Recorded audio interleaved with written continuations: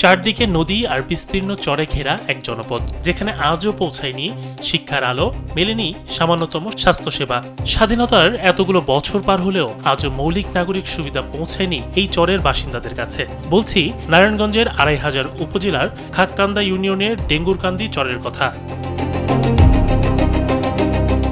নদীবেষ্টিত এই চরাঞ্চলে কয়েক হাজার মানুষের বসবাস, কিন্তু মূল ভূখণ্ড থেকে সম্পূর্ণ বিচ্ছিন্ন এই চরের মানুষের যোগাযোগের একমাত্র মাধ্যম কেবলই নৌকা। বর্ষা মৌসুমে এদের দুর্ভোগ বাড়ে কয়েক গুণ। জীবনের ঝুঁকি নিয়ে প্রতিদিন নদী পার হতে হয় এখানকার বাসিন্দাদের।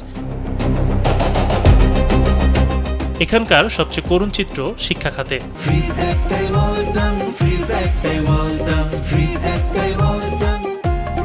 পুরো চরে নেই একটিও সরকারি প্রাথমিক বিদ্যালয়। ফলে এই কোমলমতি শিশুরা শৈশবে শিক্ষার আলো থেকে বঞ্চিত হচ্ছে।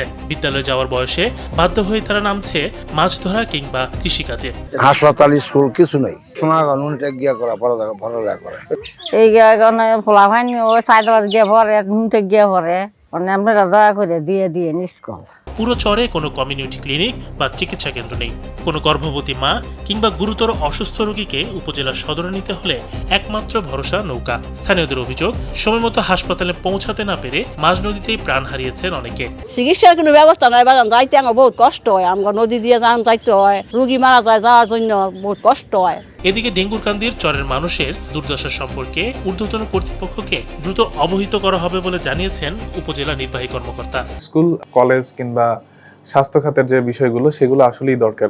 আমাদের যে ইউসিপিও মহোদয় আছেন, উনিও খুব চমৎকার মানুষ। উনিও যদি ওনার ঊর্ধ্বতন কর্তৃপক্ষকে লিখিতভাবে জানান, সবাই সমন্বিতভাবে চেষ্টা করলে নিঃসন্দেহে আমরা ওখানে কোনো না কোনো প্রতিষ্ঠান পেয়ে যাবো ইনশাল্লাহ। বছরের পর বছর ধরে একটি সড়ক, একটি বিদ্যালয় আর একটি চিকিৎসা কেন্দ্রের দাবি জানিয়ে আসছেন ডেঙ্গুরকান্দির মানুষ, কিন্তু আজও মেলেনি সুরাহা। চরের এই হাজারো মানুষের এখন একটাই দাবি, উন্নয়নের মূলধারায় তাদেরকেও যুক্ত করা হোক।